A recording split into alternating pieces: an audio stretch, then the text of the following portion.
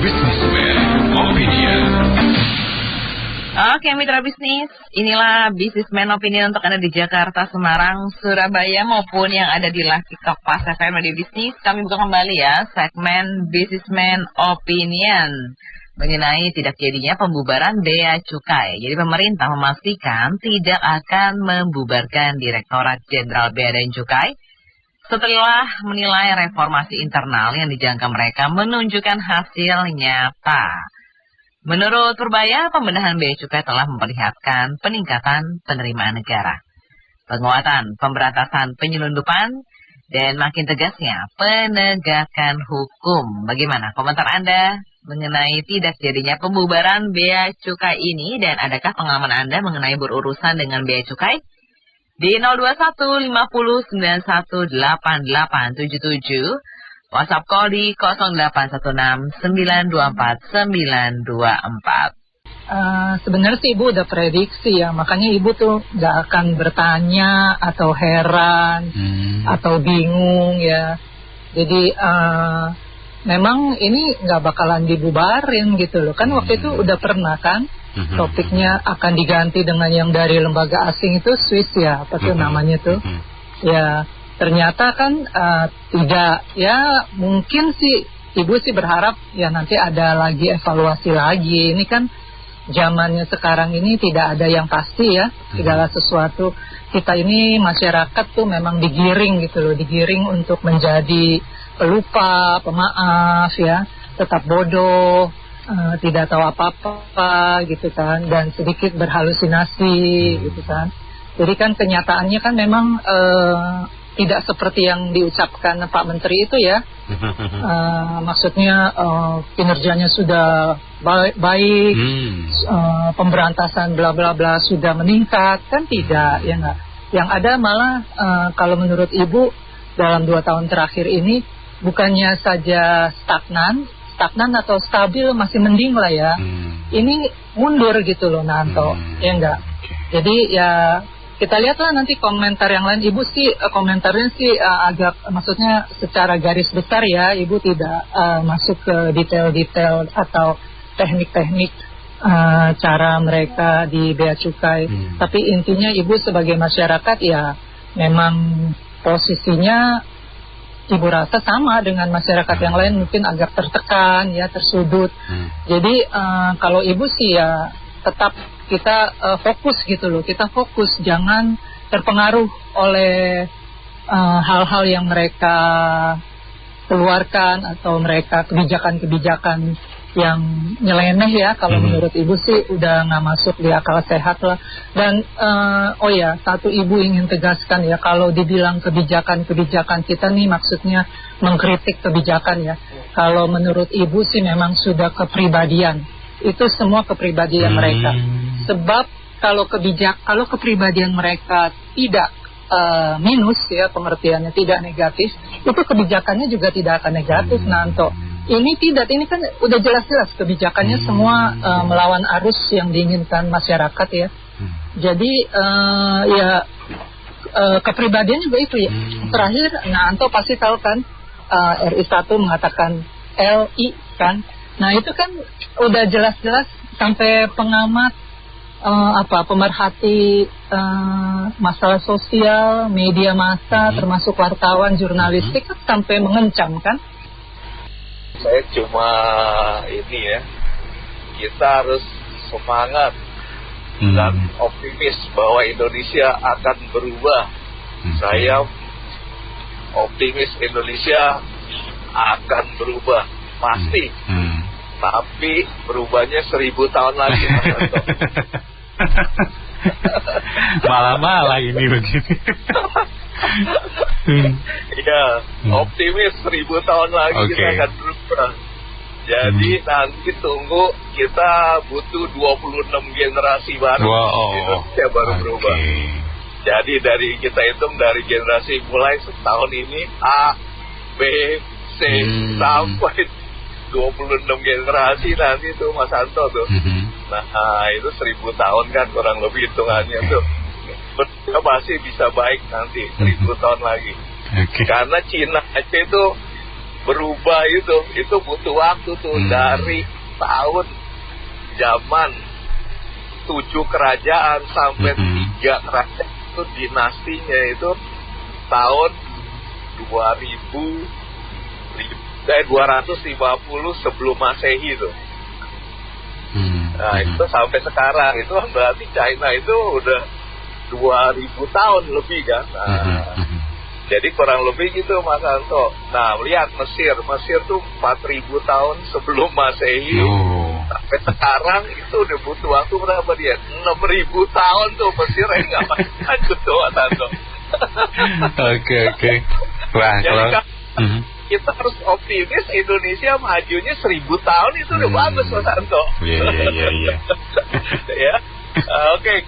Memang kita senang punya presiden sekarang ya. Jadi kerjanya bisa nakut-nakutin orang begitu ya. Kalau harga beras naik, yang kritik suruh nanam beras sendiri. Terus ngusir-ngusir kan gitu. Sama kayak menteri kita ini, Mas Pur. Dia nakut-nakutin orang bea cukai gitu. Jadi saya pikir ini cuma ngemop doang sih. Mau dibubarin. Nah, presiden kita senang gitu dapat data katanya ada kemajuan apa dan lain sebagainya. Makanya tadi penelpon yang kedua pertama tadi bilang 1000 tahun lagi kan begitu ya. Ya mereka untuk ngomong ada kemajuan ya suka-suka mereka. Orang kan dulu pemerintah kita kan begitu semua beritanya. Kemajuan kan begitu. Cuman kita emang tahu kan begitu ya Mbak. Nah kalau seandainya diganti sama yang dari mana itu tadi SGS. Ya itu kalau diganti sama itu nanti nggak ada pemasukan lagi. Mereka jujur nggak ada pemasukan bagi mereka orang. Ya udah aja pakai lagi bea cukai kan gitu. Kau tahu? Loh. Ya, iya kalau nanti orang asing yang dudukin itu kan nggak ada kemajuan nih pejabat nih nggak ada pemasukan uangnya kan begitu. Nggak bisa kong kali kong dong. Nah betul itu. Jadi mereka tuh rapat internal, wah repot nih kalau kita pakai itu nggak dapat pemasukan nih bos kan begitu. Oh ya lah kita nggak usah bubarin. Bener juga nanti kita pakai orang omong nggak ada pemasukan repot kita kan begitu. Sementara bocah-bocah kita mesti jajan kan begitu. Setuju berarti nggak usah bubarin ya. Iya. Jadi cara kerjanya begitu semua nih Manina ya pejabat kita ya. Asal ngomong doang ada kemajuan. Kalau ada kemajuan itu kenapa si Mas Pur cari celah-celah supaya meras rakyat lagi kan begitu. Udah aja carilah yang sampai rakyat itu jangan diperas pajaknya kan begitu. Iya.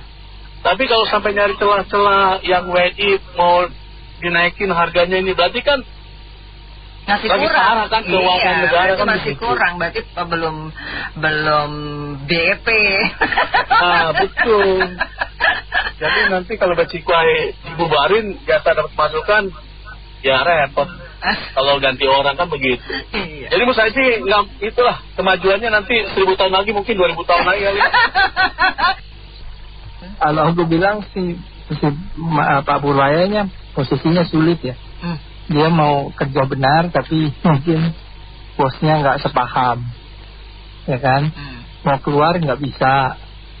Tapi ya sudahlah, akhirnya ikut arus aja lah, ya kan? Ikut arus, nunggu 5 tahun selesai kan, mungkin dia diganti. Itu sih kalau menurut saya. Soalnya dia tampangnya ya tertekan begitu kan. Makin lama makin kurus. Jadi ya sulit lah kalau itu ya. Dia mau keluar juga kan kayaknya nggak bisa kan, udah ada rahasia, megang rahasianya ini kabinet gitu. Jadi ya berharap aja. Terus juga yang masalah tadi yang China sampai lama, kalau menurut saya sih negara maju apa enggak tergantung pemimpinnya ya. Iyalah. Jadi berdoa aja supaya dapat pemimpin yang benar, supaya bisa membenahi semuanya. Itu kan China itu kan sama berabad-abad nggak benar ya, karena kaisarnya juga pada tidak benar, ya kan, bukannya ngurusin negara malah ngurusin istrinya yang banyak gitu kalau di China dulu, zaman dulu. Iya. Ya, udah itu aja sih Mbak. Terima kasih Mas Stefanus. Yo, 50918877 dan 0816924924 masih dibuka dan kita menyoroti keputusan dari pemerintah untuk tidak jadi membubarkan bea cukai. Ya, karena dianggap bahwa kinerjanya dan reformasi internal yang dilakukan sudah menunjukkan hasil yang nyata. Pak Jumadi, selamat pagi. Pagi Mbak Mena. Oke. Gimana nih Pak menurut Anda? Nggak jadi bubar gitu loh. Tapi kok ada peringatan dulu, nggak langsung di ketika ketahuan sesuatu langsung dus nggak gitu. Tapi peringatin dulu dan ternyata membaik hasilnya. Silakan Pak Jumadi. Baik Mbak Nena. Pertama aku mau komentarin yang tadi Pak Seno kok kayak pesimis amat.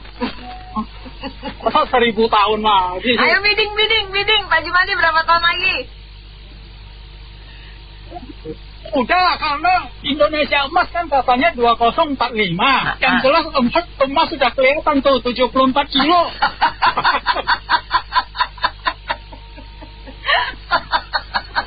Gitu. Terus kan udah kelihatan tuh emas nyata. Asli lagi. Wah, ngakunya ini benar-benar dikriminalisasi. Wah, ya kan? Ya kan, Pak? Aduh. Jadi gini Mbak Nena, kembali ke laptop ya.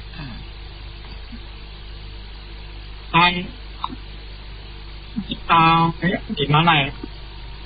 Jadi sebenarnya kondisi kita itu sedemikian rupa sehingga kita sangat amat mendambakan performance dari birokrasi. Jadi sebenarnya Bea Cukai ngomong berprestasi dalam tempo sesingkat ini langsung nggak jadi bubar, ya memang aku nggak gitu setuju lah kalau dibubarin. Tapi ada satu hal bahwa sebenarnya yang mereka lakukan sekarang ini yang seharusnya dilakukan. Nggak jadi ya Kak? Oh, nggak jadi. Tapi malah itu Pak Ferry malah mundur, Dek. Kan katanya janjinya kan rupiah menguat nih. Gak jadi menguat, Pak Ferry mundur. Iya. Janjinya kan mau dibubarin tapi nggak jadi. Sama dong. Dolar juga janjinya 15.000 nggak jadi dong kalau gitu ya Kak ya. Terus mundur. Daripada lu nagih, gue mundur aja dulu paling aman. Bukan Pak Ferry juga, Pak Pur juga janji dolar 15.000. Banyak yang janji sih di sini. Janji manismu ya kan. Iya Pak Pur janjinya berarti otomatis nggak bisa ngarepin dolar 15.000 lagi dong kita. Iya. Sedih kita. Iya. Meskipun kata presiden orang desa nggak pakai dolar gitu, kita kan orang kota pengen lah ngerasain dolar 15.000 ke bawah lah kalau bisa, ya kan Kak? Betul nggak? Sudah kuduga. Itu kalimat pertama saya deh Kak. Astaga, apa yang sedang terjadi? Kita nyanyi aja lah hari ini loh, daripada bete. Iya, jadi sudah kuduga kalau Pak Purbaya salah satu contoh menteri yang omon-omon. Kalau presiden omon-omon, jelas kita sudah punya. Berarti sekarang Pak Pur mungkin pantas dikasih gelar menteri omon-omon. Boleh dong. Berarti geng omon-omon nambah dong. Oh jelas, kan dari kepala sudah omon-omon. Dek, gini deh, yang gue itu heran. Kenapa sih ketika terjadi penyimpangan gak langsung ditindak tegas saja? Diberi kesempatan, gitu kan? Itulah negara pororo, Kak. Jadi, hukum itu gak bisa touch mereka. Contoh, tadi Papa ngomong pagi, betapa brengseknya yang menerobos lampu merah di Tamrin. Bajingan itu, Kak. Satpamnya malah dibawa. Inilah contoh, itu kan di atas contohnya gede sampai bawah, contohnya juga jelas. Brengsek, kurang ajar tuh semua. Iya, yang di trotoar tuh yang ribut sama ibu-ibu juga sama.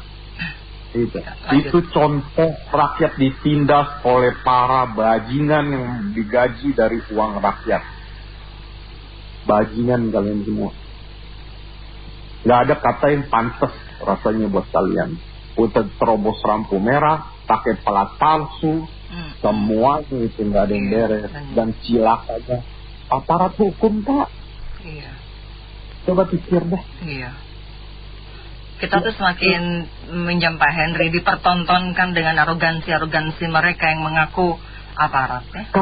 Kalau saya bilang mah biadab, Kak. Bukan arogan. Inilah mental biadab yang sedang dipertontonkan oleh para penegak hukum. Penegak hukum kan enggak? Iya. Tapi masyarakat zaman sekarang sih menurut gue mereka udah berani ya, berani speak up, berani untuk udah berani gitu karena mungkin udah capek kan kelamaan begini gitu.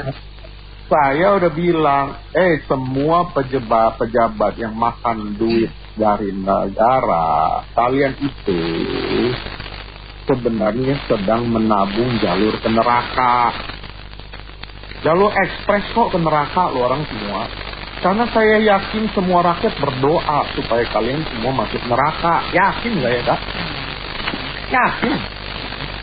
Sementara rakyat Indonesia, ini rakyat-rakyat jelata, itu tuh jalurnya jalur ekspres ke surga, Kak. Iya, terzolimi soalnya ya. Ini, Kak.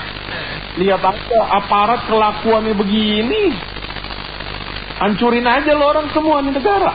Biar puas lo orang.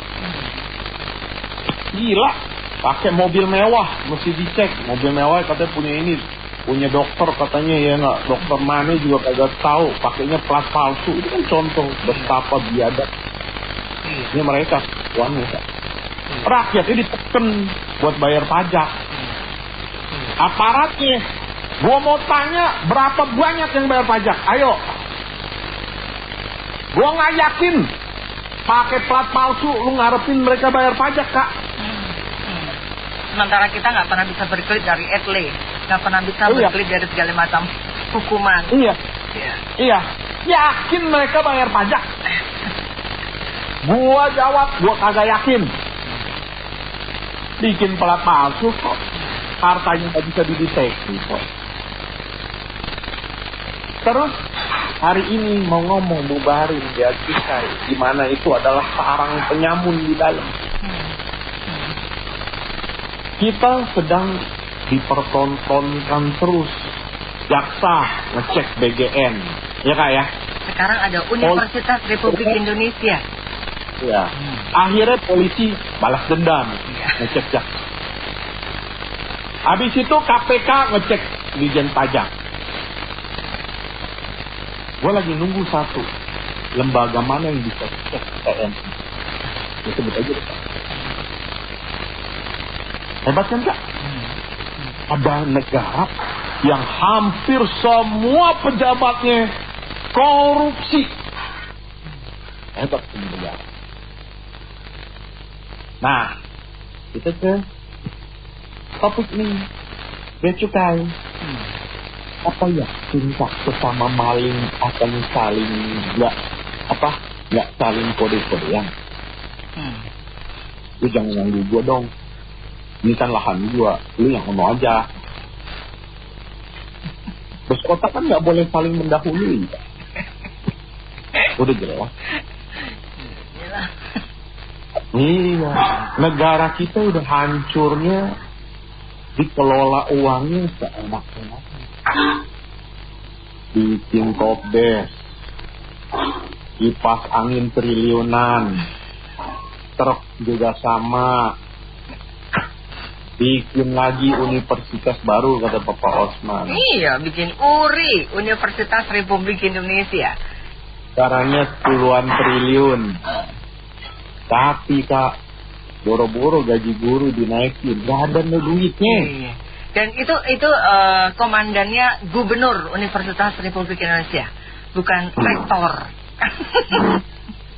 Udah sakit. Makanya gue curiga abis BI ponakan dong yang naik. Gubernur BI turun. Aku udah nebak, pasti di Turun, masa deputi kagak naik, kayak orang goblok gue di sini. Tapi kalau yang BGN kemarin kan turun tuh, mengundurkan diri. Tapi masih mau dilibatin. Yang MBG. Nah ini udah turun, diterima, dilibatin nggak kira-kira? Tukang bagi kue mah nggak mungkin lah Kak, nggak dilibatin, orang hobinya bagi-bagi kue. Loh kalau yang naik nya sendiri, emang butuh diawasin. Itu yang penting lu digaji, seolah-olah duitnya duit dari dia, padahal pajak rakyat kan gitu. Lanjut. Dulu kita dibikin bego, pakai bilang, ini buku haluan kiri, nggak boleh, mesti.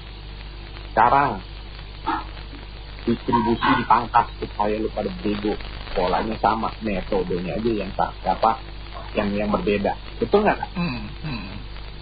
Sama polanya, pembodohan. Sama dulu VOC bawa prajurit nagih pajak, sekarang Dirjen Pajak bawa TNI buat nagih pajak. Mundur nggak nih negara? 2 tahun kok berasa mundurnya 200 tahun nih ke belakang ya, company ya. Berapa company ya? Waktu kampanye bilangnya berpihak kepada rakyat, faktanya rakyat dimiskinin terus. Pak Purbaya, gue mau tanya dong, sebagai menteri kan harusnya bikin gebrakan baru. Pak Pur, kalau hari ini cara kerjanya seperti ini Bapak omong-omong, besok kalau saya ganti sama tukang parkir, saya yakin kondisi ekonomi juga sama-sama aja sih. Ganti aja sama tukang parkir, sama sih, nggak ada perubahan kok di negara ini. Maaf, saya udah apatis luar biasa, karena Bapak sendiri yang menciptakan apatis ini ke rakyat. Jadi besok saya ganti tukang pijet aja, gantiin Bapak jadi menteri keuangan. Tapi dolar nggak bakal 15.000 kok sama tukang pijet, sama, betul nggak? Karena kan gajinya 15.000. Mending gue sekalian gaji kang parkir, ketahuan bisa suruh Bapak mundur. Lagi bawa mobil, yang lain kan kagak mungkin suruh pejabat mundur, kan cuma tukang parkir. Kata Benny, mending gue suruh tukang parkir ketahuan. Biasa suruh Prabowo mundur. Joking ya Kak? Iya. Ini keren Kak. Waktu awal seolah-olah kerja. Wah, suruh bubarin, terus keren. Ujung-ujungnya, wah, jong. Waktu itu kita sempat optimis banget ya, wah keren nih kalau bisa dibubarin. Bukan berarti kita mengharapkan untuk dibubarin, artinya paling tidak satu sumbu itu sudah dipotong gitu kan. Kita tunggu hari ini adalah Dirjen Bea Cukai hari ini diseret ke penjara. Karena namanya udah disebut kan. Iya. Buktinya apa? Jadi besok saran ke Pak Purbaya, ke Pak, umumin deh Pak, BGN dan TNI serta Polri mau saya bubarin gitu. Besok boleh berkaca ini. Terus habis itu nggak jadi gitu, soalnya nanti nggak ada yang siram air keras ke rakyat. Nggak ada yang terobos lampu merah lagi gitu. Nggak ada yang pakai plat palsu lagi. Nggak ada lagi nih yang korupsi brutal. Nggak jadi kita nggak jadi bubarin ini. Boleh dong, saya menggunakan. Kenapa nggak jadi Pak? Gak berani. Tapi takut nanti nggak ada yang siram air keras ke rakyat loh. Bodong, udah minta tolong udah. Awalnya keras, melempem Kak. Udah, kalau ngomongin negara, nggak tahu kapan mereka sadar bahwa sebenarnya tempat mereka akhirnya akan ada di neraka. Itu aja Pak. Saya lihat Purbaya bekerja itu hanya untuk mendatangkan ya elah. Kenapa lu Pak? Ya, jadi 4 porsi, disabar menanti, putus lagi di tengah-tengah. Kak, telepon lagi ya, masih ada waktu, boleh. Dari grup Pak Saifuddin bilang wacana pembubaran bea cukai itu kan hanya wacana omong-omong saja. Masa tikus yang makan padi lumbungnya mau dibakar? Harusnya tikus yang dibasmi bukan lumbungnya dong. Kalau sampai bea cukai dibubarin, Kemenku juga bisa dibubarin. Lama-lama Indonesia dibubarkan. Pernah ada yang ngomong 2030 Indonesia bubar loh. Nah, ayo siapa yang ngomong? Ayo coba diinget-inget. Masuk lagi. Oke, kakakku lanjut. Kebangetan lu. Gua ada tunggu berjam-jam. Begitu pencet. Nggak apa-apa. Gua tuh nomor 1 masuk surga. Orang yang dizolimin dan dituduh melulu. Gua juga pertama masuk surga. Yang nunggu sampai makan 4 hari sih disabar menanti. Oke, Kak. Oke, masuk lagi. Jadi gini. Gua melihatnya gini.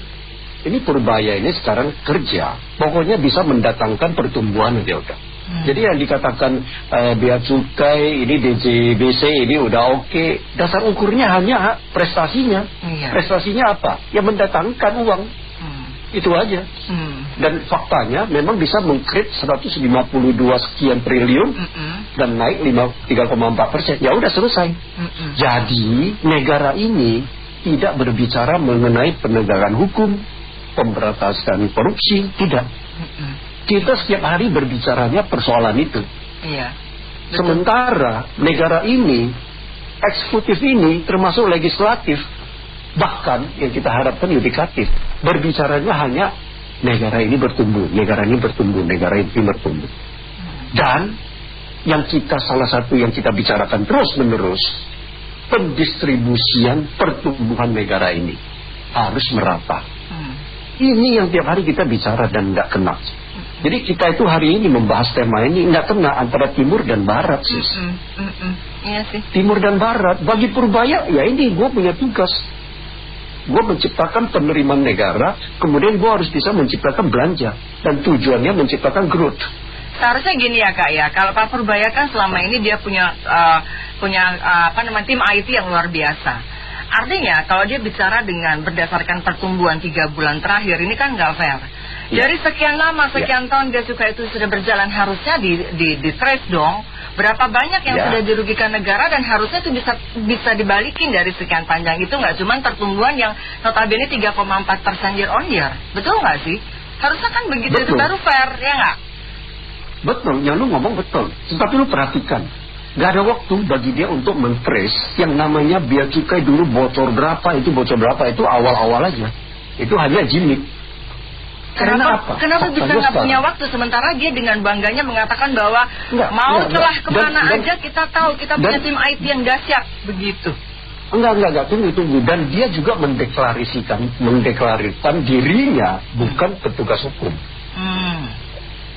Hari ini kalau kepada Purbaya kita harus mengatakan bagaimana kasus yang sedikit menyerempet Dirjen Pajak, yaitu kasus Blu-ray. Yes. Betul. Ingat loh, ada satu kode amplop yang nomor 1 loh. Iya. Dan Jaka itu jangan lupa. Jaka Budi Utama hari ini masih Dirjen Pajak dan beliau adalah orang TNI. Iya. Itu namanya udah disebut ya. Kita tentu semuanya betul. Kita tentu semuanya praduga nggak bersalah. Padahal udah dikatakan, udah ditemukan ada entah namanya sekelompok orang atau apalah. Bahkan beberapa udah di TSK kalau nggak salah, kasusnya Blu-ray Kargo itu kan, yang Johnville itu. Iya. Ya kan? Nah, bagi Purbaya itu bukan ranah saya. Ranah saya adalah meng-create termasuk pajak-pajak dari sisi lain, supaya fiskal terus dikasih amunisi dan belanja, menciptakan growth. Jadi hari ini kita berbicara tema ini, menurut saya satu timur satu barat. Tetapi setiap hari yang kita berbicara di radio ini, di Pas FM ini, kita ingin menggugah pemerintah. Penegakan hukum kita amburadul, korupsi masih merajalela, dan pendistribusian pendapatan negara ini tidak merata. Masyarakat kita yang bawah masih banyak yang susah. Pendapatan per kapita kita masih rendah. Walaupun salah satunya di drive terus pertumbuhan untuk naik, kemudian mendapatkan per kapita yang naik juga. tetapi pemerintah sekarang agak kelimbungan karena USD kita masih tinggi. Jadi kalau ini saya bilang kondisinya lagi red line, udah gitu aja. Kan istilahnya gitu, kalau lagi red line udah semuanya kerja yang benar. Nggak bisa lewat ya. Udah sempat lu tanyain belum sama Klot ini kasus ini? Jawaban Klot apa? Belum. Oh, belum ya? Klot mah nggak bisa ngapa-ngapain, mana dia nggak bisa. Maksudnya dia nggak bisa ngatur manusianya kan di sana. Memang based on data sih memang betul sih. Iya. Cuman kalau menurut saya, kayaknya di kerja pemerintah itu angka penerimaan duit ya. Iya. Iya, kalau tadi kakak bilangnya gitu toh. Jadi kinerja itu diakui ketika sudah terjadi peningkatan penerimaan negara kan gitu toh. Ya, peningkatan penerimaan negara ya emang bagus. Wajibnya itu wajibnya sih ya Pak. Kenapa justru yang terjadi adalah kenapa bisa terjadi fraud? Nah itu tuh gitu toh. Kalau naik ya memang harus naik lah.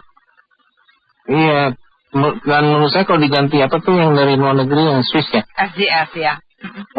Saya rasa juga sama lah dia kalau datang ke Indonesia bakal jadi buas. Udah nggak bisa diatur lagi.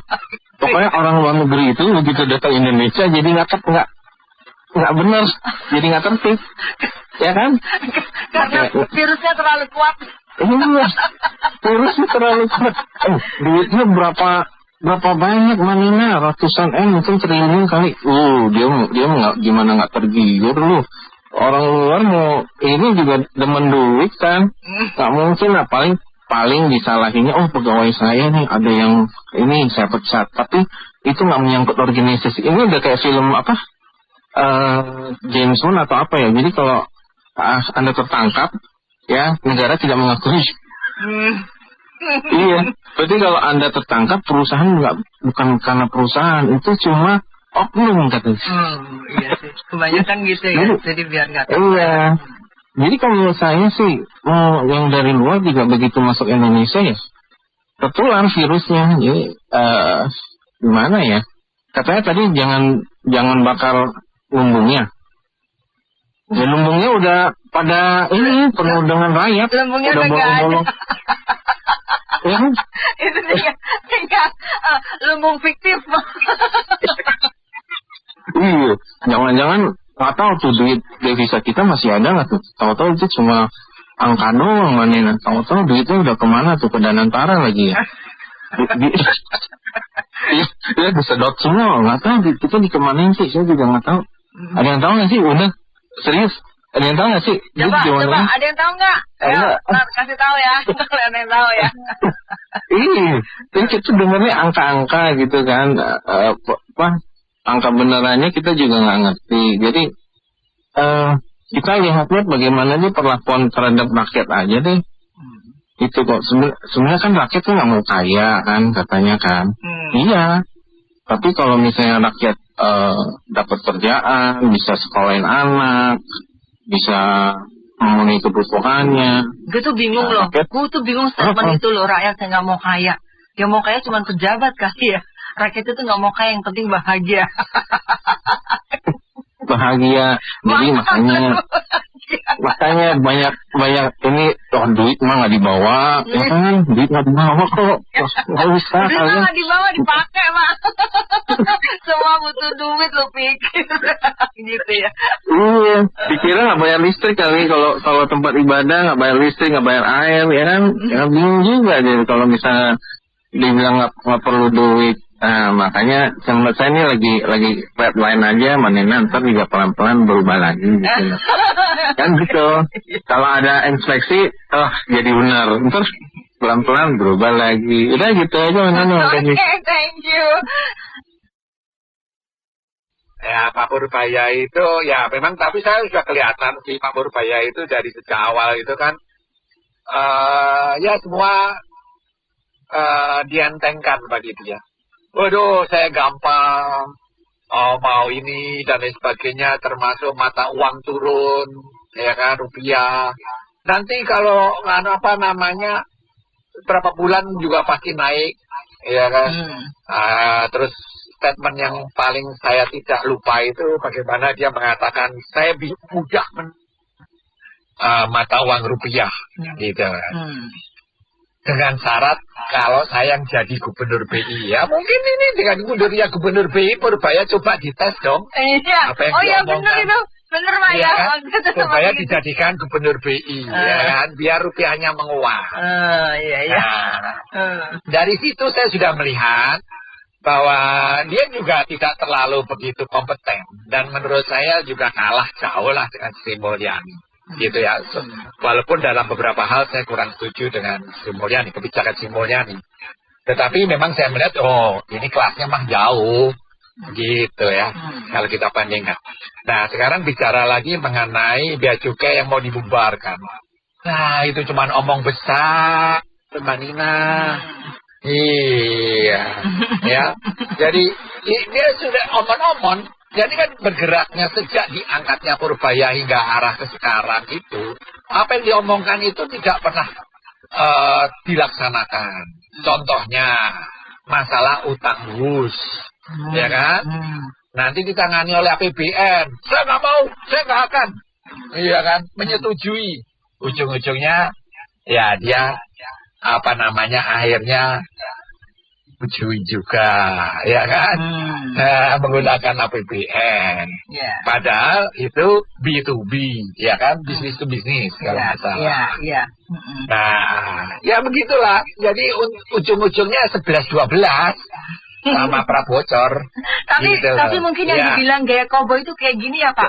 Kalau kita nonton film koboi kan, kalau lihat musuhnya lebih gede kan bisa putar balik koboinya. Lah, kalau koboi itu gimana ya? Gimana Pak? Masih lebih bagusan gaya koboi. Iya kan? Kalau koboi itu kan juga ada yang benar-benar dilaksanakan gitu loh. Iya. Kalau ini kan nggak ada yang dilaksanakan sebenarnya. Cuma mungkin koboinya kita yang kita tonton Dono Kasino Indro Pak. Jadi jadi nggak ada harapan untuk Indonesia ini untuk maju gitu, nggak ada. Karena mereka itu semua, ya tapi itu anggota DPR sendiri juga yang membuat undang-undang. Nah dia sendiri banyak maling juga di situ, banyak oknum lah. Jadi susah untuk itu. Karena anggota DPR juga untuk mencalonkan diri itu mengeluarkan uang begitu banyak. Kalau jadi kepala daerah begitu banyak. Jadi seperti obat nyamuk, muter-muter di situ, nggak jelas. Jadi kita mengharapkan kejujuran itu nggak ada, karena mereka tuh banyak kan ijon. Nanti gue jadi bupati atau jadi anggota DPR nanti gue bayar. Karena yang sialnya kalau dia nggak jadi, nah itu jadi bisa jadi gila dia, stres. Nah utangnya itu. Sudah 2 minggu ini kabarnya jalur truk dan kontainer di Cakung Cilincing itu macet. Bukan hanya berapa jam tapi 24 jam. Cakung Cilincing ya, cacing ya? Iya. Asal jangan cacingan dan ular. Nah, karena dia cacing akhirnya jadi ular. Jadi itu truknya itu jadi ular 2 baris sampai ujung ke ujung. Itu pertanda sudah lancar bea cukainya. Ya. Jadi itu indikasinya ya, Atau kepepet, kagak mau masukin ke pelabuhan dulu, karena bea cukainya masih belum menekan, ada indikasi kan. I see, oke. Terus kita kan lagi bercanda. Dulu kamu bibarin bea cukainya, saya lagi bercanda. Sekarang kagak dibubarin, saya juga lagi bercanda. Gue lagi tunggu nih ya setelah Juli. Kan janjinya Juli mau dibubarin kan ya, kalau nggak salah ya. Iya betul, janjinya kan begitu. Ya kan tidak jadi kan. Nah nanti Agustus dia ngomong lagi. Terus ke September dia nyanyi lagi final Paluinasa. September ceria. Jadi nggak ada putusnya. Dan jujur ngomongnya, saya setiap hari itu berpikir kok ada perusahaan tertentu kontainernya berlama-lama di pelabuhan. Katanya sewa di luar lebih mahal daripada di luar. Tapi ada beberapa teman saya omongin, Pak, gue dapat banyak barang gratisan nih Pak. Kenapa? kontainernya tidak seberapa nilainya Pak, tapi biaya nginep 5-nya Pak. Kontainernya dikeluarin sampai ke depan pelabuhan, kita udah tungguin Pak dengan mobil box kecil Pak. Barang kita dikasih gratis loh Pak. Saya nggak tahu apa ini benar Pak, apa cuma hoax ya. Jadi maksudnya daripada gue belain barang gue nggak seberapa dan bayar biaya nginep, akhirnya barangnya dikasih gratis orang. Dibagi-bagiin. Iya, maksud saya begitu. Apakah sudah benar? Mudah-mudahan ini hoax ya. Mudah-mudahan ini hoax ya. Iya. Ya kan, sama dengan OBR gitu. Mau sampai pagi, tapi bayar nginep lagi atau cukup sekian gitu. Jadi ada pilihan.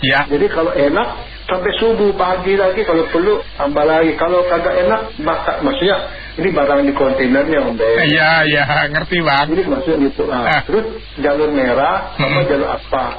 Kalau jalur merah biarin aja di situ kan, nggak usah diurusin kan, tapi bayar nginep kita kan masalah Om Ben. Iya. Ngerti nggak? Kita maksud jalur merah. Nah, ngurusnya lama. Tapi bukan salah kita dong.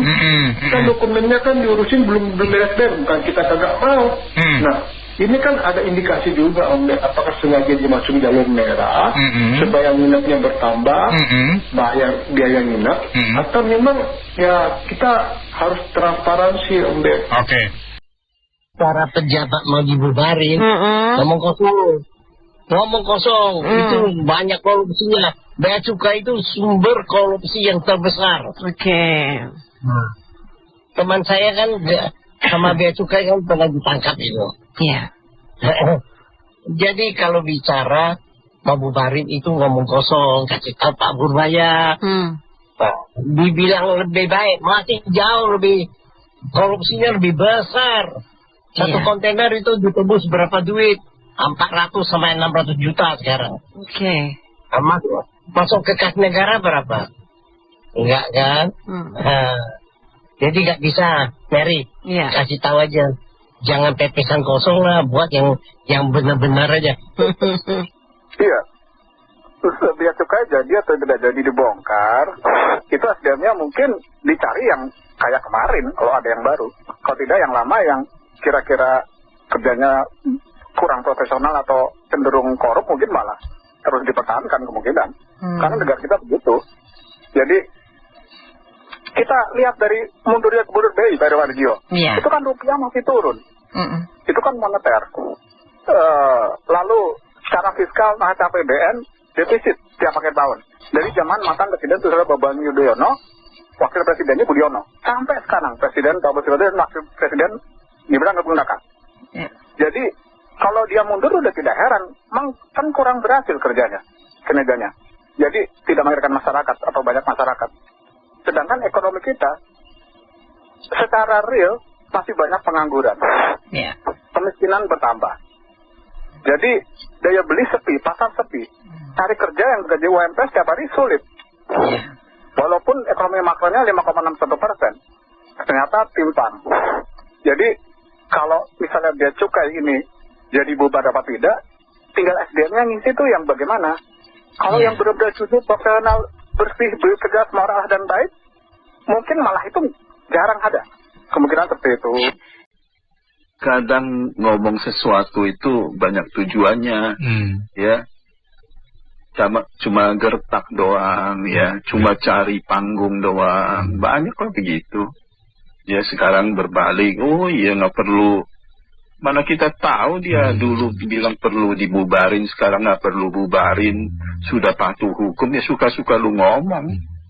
Ya, patokannya gimana juga kita nggak jelas. Memangnya pasti tuh, nanti coba 6 bulan, nggak ada berita. Itu pelaku usaha kan tahu sendiri, dari dulu kita tahu itu kontainer kalau di Tanjung Priuk itu, oh lampu merah nih, nggak bisa keluar. Ya, kalau lampu hijau ya kena lah 1 kontainer 1,5 juta kan gitu. Dari dulu begitu, udah tahu. Jadi ngibul aja lah Purbaya. Sekarang itu di negara ini semakin banyak anomali ya, yang ngaco-ngaco keluar semua. coba lihat ya, itu di Jalan Tambak berantem. Itu polisi pada kemana? Ya, itu udah nggak ada hormatnya orang sama polisi. Ya kan? Kumpulan preman bisa teriak-teriak, ngancam-ngancam, samperin ke polsek. Gimana sih? Ini negara mau kemana? Kita bayarin pajak cuma buat biayain aparat yang nggak ada kerjaan, nggak bisa kerja. Ya kan? Begitu kan mesti diurusin dong. Masa orang bunuh-bunuhan bisa seenaknya begitu? Ya, siapa yang mau datang invest, bos? Ngeri. Jadi, kemudian ada juga mobil Alphard, ternyata isinya aparat. Bisa terobos orang lagi jalan, dia jelas lampu merah kan? Nomornya palsu. Nomornya palsu. Satpam negor, ditangkap malah, diintimidasi. Negara macam apa gitu? Nggak ada yang patuh sama hukum. Ya, hukum cuma buat nakut-nakutin rakyat bawah. Ya. Padahal bilangnya makin tegas penegakan hukum tadinya. Bilangnya. Berbahaya ngomong begitu kan? Iya. Itu ngaco aja lah. Itu gimana tuh urusan 74 kilo emas? Hah? Dikasih rompi aja nggak berani? Iya kan? Terus masih kayak gaya pejabat begitu. Ini udah rusak ya. Menurut saya sih udah parah. Nggak ada kemauan politik ya. RI 1 mesti bertindak dong. Anda dipilih dengan biaya besar, dikasih wewenang besar, yang ngaco-ngaco dibabat aja, pecat. Masih begini begitu. Gimana sih? Udah jelas itu duit di 400 sekian miliar di berangkasnya. Mau dia karang cerita apa, lu di tempat lu kan? Nah, lu menampung kan? Undang-undang PP pencucian uang kan jelas. Lu tampung uang orang, mau uang milik petinggi ya siapa? Ya ungkap, tangkap dong. Kapan bisa maju kita ya? Cuma sandiwara segala macam. Apa-apanya kita memang dibayarkan untuk melihat berbagai pertunjukan. Iya benar. Cuma dikasih sandiwara, ya begini begitu, kayak udah heboh. Ini masyarakat, mahasiswa tiap hari demo, nggak ada yang umumin, coba. Ya kan, berita nasional mainstream itu nggak, kayaknya mau dibungkam. Mulai ada indikasi ke sana ya. Iya, jadi universitas mau dibikin gubernur universitas. Apa-apaan nih? Suka-suka dia bikin jabatan baru, pasang orang dia, yang masyarakat umum dia dikooptasi, dikasih. Itu buruh juga udah dikooptasi ya, kita tahu ya. Jadi nggak ada, nanti ujung-ujungnya nggak ada yang bersuara beda dengan pemerintah. Semua udah dibeli, pemuka agama, dikasih tambang segala macam. Ini kenyataan ya, kita bukan mengarang-ngarang. Rektor, kalau kasus digantung ya, dijadiin ini, kan gubernur BI ini yang berhenti ini kan dulu ada kasus CSR BI, ya kan? Iya, udah ada kasus kok, tapi nggak dilanjutin, jadi gantung nih. Sangat mungkin kan nanti, lu mau mundur apa mau dilanjutin di kasus? Kan gitu. Ya udah dia mundur. Ya, apa sih yang nggak bisa terjadi? Kasus hukum itu dibuat berpolitik. Ya, alat berpolitik. Jadi segala macam bisa diatur kok. Kata Pak Adam Malik dulu ya, Indonesia apa sih yang nggak bisa diatur? Antara mau diartikan sebagai suatu kebanggaan atau kebobrokan ini ya tergantung point of view masing-masing. Ya. Jadi, Akom cepet tidur lah. Jangan banyak mikirin utang negara ya percuma. Saya besok pagi bangun-bangun, ternyata masih punya utang, negaranya gimana dong? Oh iya, masih amburadul ya. Negara masih kacau balau, kapan bisa maju? Ya udah, kita tetap ngoceh-ngoceh aja. Ya. Tapi tetap aman ya kita bersuara ya, tetap aman ya kita bersuara. Betul, itu penting ya. Tandanya kita masih hidup. Kalau kita biarin begini berlangsung kan kita jadi orang mayat berjalan ya. Jadi badan berjalan tapi nggak punya roh. Ditinjau ulang, sosokan dievaluasi, sosokan akan diperbaiki. Lah emang dari dulu udah pada tahu kok. Tapi sejauh ini pasokan suplai bahan lancar selama sejauh ya masih sama Mas, namanya oknum itu di mana aja pasti ada. Bagi kalau yang namanya jalur merah ya red line, gitu lah. Jadi langganan lah. Pokoknya kalau gini Mas, pokoknya kalau ada satu perusahaan nih Mas ya, satu kena red line, kena jalur merah sekali aja, saya ditinjau nih masih oknumnya. Saya bilang oknum ya, karena kan nggak semua bea cukai itu jahat, banyak yang jahat banget kok.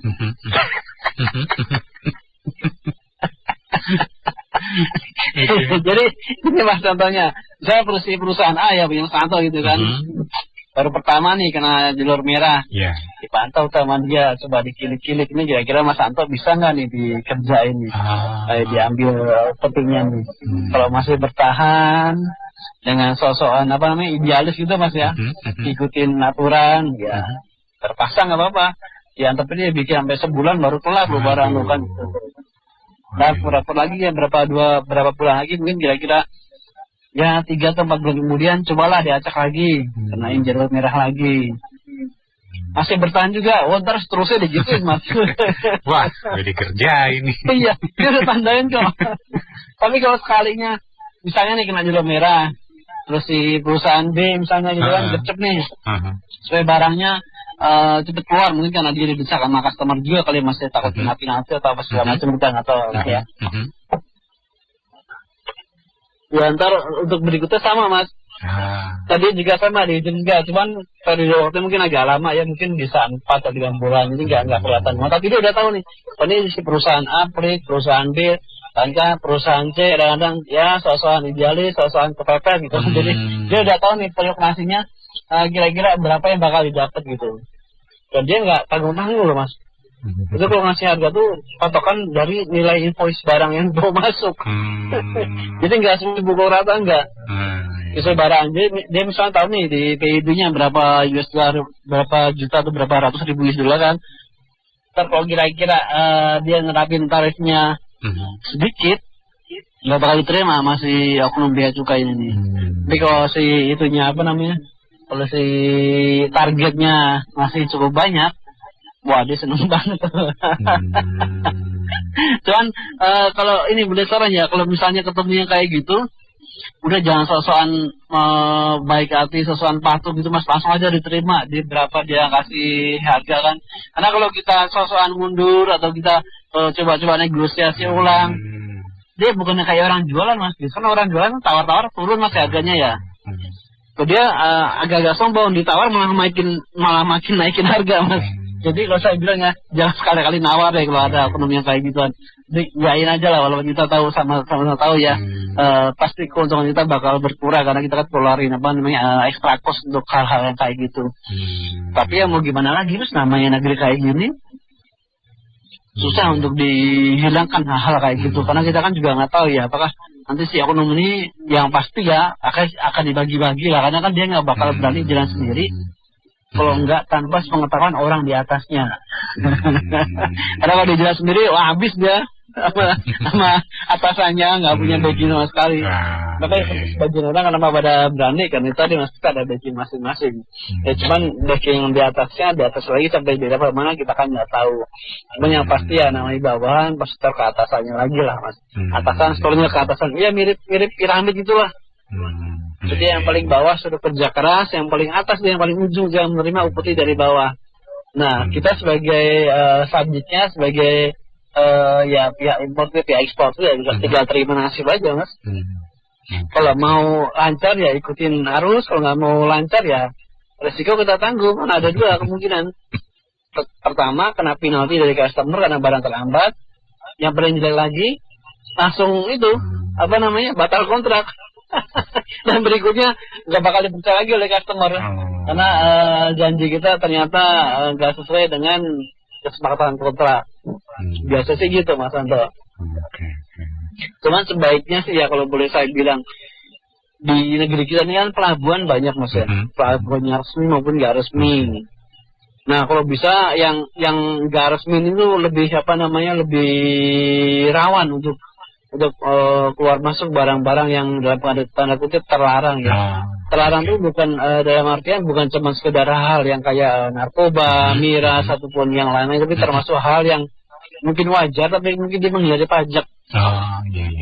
Bisa juga termasuk itu kan kemarin yang apa sih itu yang katanya di Sukabumi itu, Mas, yang ketangkep Terigu atau heroin ya, saya lupa deh. Oke. Kalau dibilang terigu kok di negeri kita nih banyak banget ekspornya, tapi kalau dibilang heroin kalau tiba-tiba kasusnya lenyap, makanya saya nggak tahu saya heroin atau terigu ya. Itu tuh sama-sama putih, Mas. Atau mungkin gula putih, bisa juga ada gula putih. Tapi kalau gula putih kalau dimasukin cuma diem-diem gitu kan, nggak lewat jalur normal gitu. Atau mungkin dia menghindari yang lain, kita nggak tahu lah. Atau bedak. Kan biasanya kalau bedak puro. Iya bisa juga bedak puro. Cuma kalau bedak puro kenapa dijualnya per gram, Mas ya, bukan per kotak ya. Itu yang jaga tuh di perairan kita, Mas ya, setahu saya yang jaga tuh banyak loh, Mas. Ada Bakamla kan, Badan Keamanan Laut, ada TNI Air, ada Polair, Polisi Air, terus ada selain Bakamla itu ada satu lagi, saya lupa deh, yang khusus menjaga keamanan laut. Itu kan mereka harusnya bisa bekerja sama, Mas ya, untuk meminimalisir atau syukur-syukur malah menghilangkan lah kegiatan yang gak resmi kayak gitu. Tapi nyatanya dari zaman bahula, dari zaman Soeharto sampai sekarang ganti presiden yang ini Prabowo ini presiden ke-8 atau ke-7 ya. Masih ada aja, Mas, makanya saya bingung tuh. Entah dengan cara apa dibasminya. Kalaupun dibasmi dibilang pakai dihapuskan 1 atau 2 generasi, terus generasi berikutnya akan tumbuh lagi.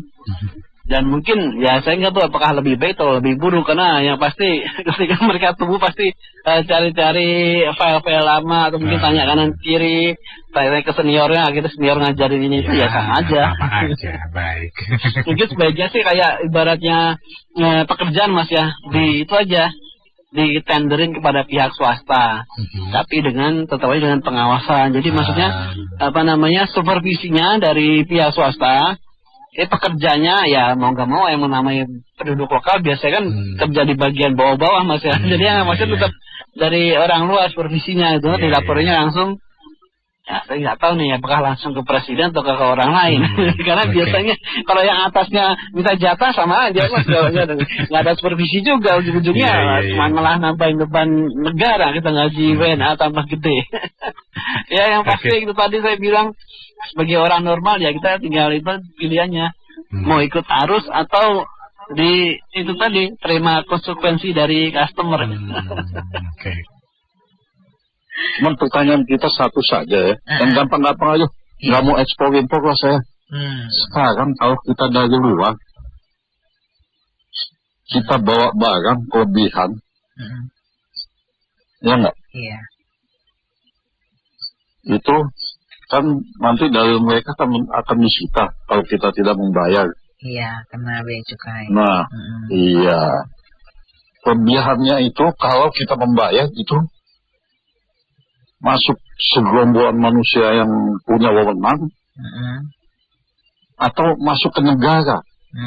Ibarat lagi ngetren sekarang ini PNBM, pendapatan negara bukan pajak. Nah, itu selama ini bagaimana? Kalau yang sampai detik ini sudah baik, yang gampang-gampang saja lah. Jadi kayak begitu saja itu masuknya kemana pertanyaan kita? Iya. Karena kan nggak jelas. Iya. Kayak kita keluar, kita pulang, kita kelebihan barang, kita nggak tahu apa-apanya, kan yang kelebihan-kelebihannya entah jam pangan, entah apa, entah ini itu kan. Kakak mengelola apa semuanya. Itu kan mereka gampang saja bilang. Oh kelebihan nih, harganya sekian nih. Nah, nanti mereka tuh akan menguangkan kita di situ. Kalau kita nggak bayar, kita disita. Kalau kita bayar, nah, itu uangnya dikemanakan. Jangan nanti berdalil, ya itu tadi saya bilang, pendapatan negara bukan pajak. Ya kan? Yang kan begitu-begitu bagaimana? Satu itu. Kalau saya bilang katanya udah aman, nggak akan dibubarkan, bea cukai, ya itu pasti saya nggak berharap memang. Karena ini zona nyaman, Mbak. Semua yang masuk sana itu zona nyaman buat mereka. Itu gaji mereka akan utuh, tidak akan mereka ambil-ambil. Dalam mereka punya wewenang di situ zona aman buat mereka. Berlimpangan, cuan-cuan mengalir. Lagi kalau lagi ekspor impor nanti, wah itu lebih berat lagi deh. Tingkat tinggi dah pemainnya dah. Ya kan? Iya. Jadi harapan kita yang gampang-gampang aja tadi saya bilang, tahunya dari mana kita itu. Kalau uang itu masuk ke kas negara atau masuk kantong mereka si gombolan yang mengelola, yang punya kebijakan untuk pembebasan itu. Kalau memang betul udah bagus katanya bea cukai ini.